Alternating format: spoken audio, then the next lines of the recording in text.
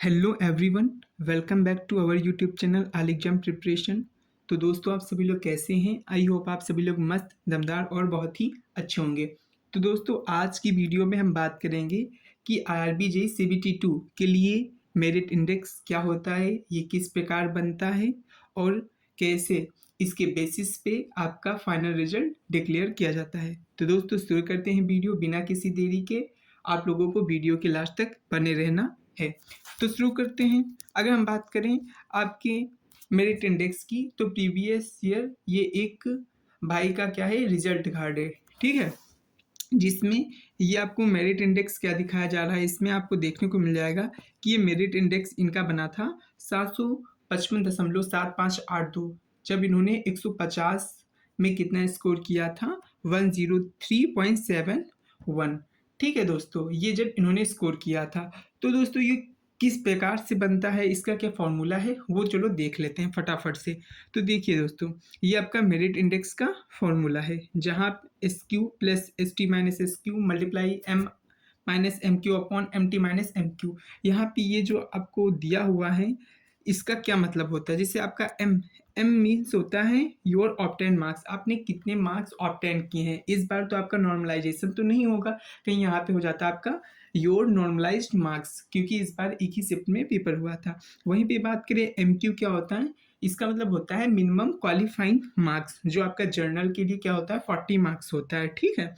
वहीं पे हम बात करें एम टी क्या होता है, तो ये आपका मीन मार्क्स होता है 0.1% ऑफ द कैंडिडेट, ठीक है। जैसे मान लो कि आपके कुछ जैसे आपकी जिस शिफ्ट में पेपर हुआ, की बार एक ही शिफ्ट में हुआ, तो इनमें से जो आपके 10 कैंडिडेट होंगे टॉप वाले, उनका जो मीन मार्क्स होता है वो होता है आपका एम टी, ठीक है। नेक्स्ट आपकी हम बात करें एस क्यू क्या होता है, तो a fix score assign to the qualifying marks which is permanently set to 350। ये फिक्स्ड स्कोर होता है, ठीक है, मिनिमम जो आपका 350 आपका सेट होता है, और ये फिक्स स्कोर होता है जो टॉप मार्क्स के लिए होता है, जो आपका होता है 900, मतलब मिनिमम 350 एंड ये 900 होता है एस टी टॉप मार्क्स के लिए। तो अब हम बात कर लेते हैं, जैसे मान लो आपने एग्ज़ाम दिया और आपके मार्क्स कितने बने 102, ठीक है, और आपने जिस शिफ्ट में एग्ज़ाम दिया उस शिफ्ट में टॉप 10 स्टूडेंट जो टॉपर थे, उनका जो मीन स्कोर बना 120,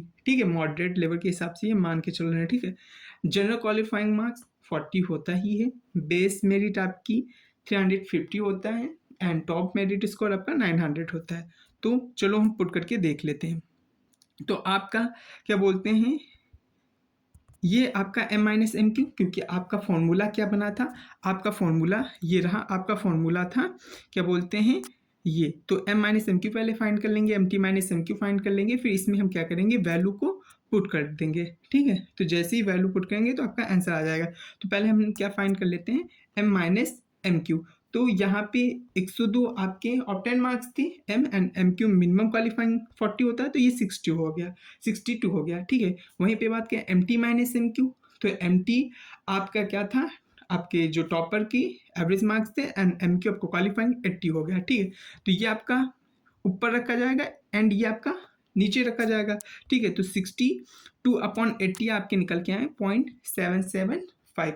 नेक्स्ट आपका क्या था, 550 से इसको क्या करना है, मल्टीप्लाई करना है। क्यों? क्योंकि आपका जो फॉर्मूला था आपका मेरिट इंडेक्स का, तो उसमें आपने देखा होगा मल्टीप्लाई वाले में आपने क्या देख लिया था, यहाँ पे आपका लिखा हुआ था एक सेकेंड, ये आपने देखा था यहाँ पे, ये S T minus S Q. तो एस टी आपका कितना था, यहाँ पे लिखा हुआ था एस टी आपका 900 था, ठीक है, एंड एस क्यू आपका क्या रखा गया 350। तो ये आप सब्सट्रैक्ट करेंगे तो 550 के आसपास में नहीं था, तो ये आप यहाँ पे क्या कर देंगे, मल्टीप्लाई कर देंगे। कहाँ गया ये आपका, यहाँ पे ये रहा। ये अब जैसे ही इसमें मल्टीप्लाई करते हैं तो 426.25 आएगा। अब क्या करेंगे, अब आप एस क्यू में ऐड कर देंगे। एस क्यू आपका कितना था, एस क्यू आपका 350 था, 350 में ये आप मार्क्स ऐड करते हैं तो 776.25, इसके अप्रोक्स आपका क्या हो जाता है, मेरिट इंडेक्स हो जाता है। तो इस तरह से आप रख के अपना भी मेरिट इंडेक्स, मतलब इस तरह से आपका मेरिट इंडेक्स फाइंड होता है, जिसके बेसिस पे आपका फाइनल रिजल्ट डिक्लेयर किया जाता है, ठीक है दोस्तों।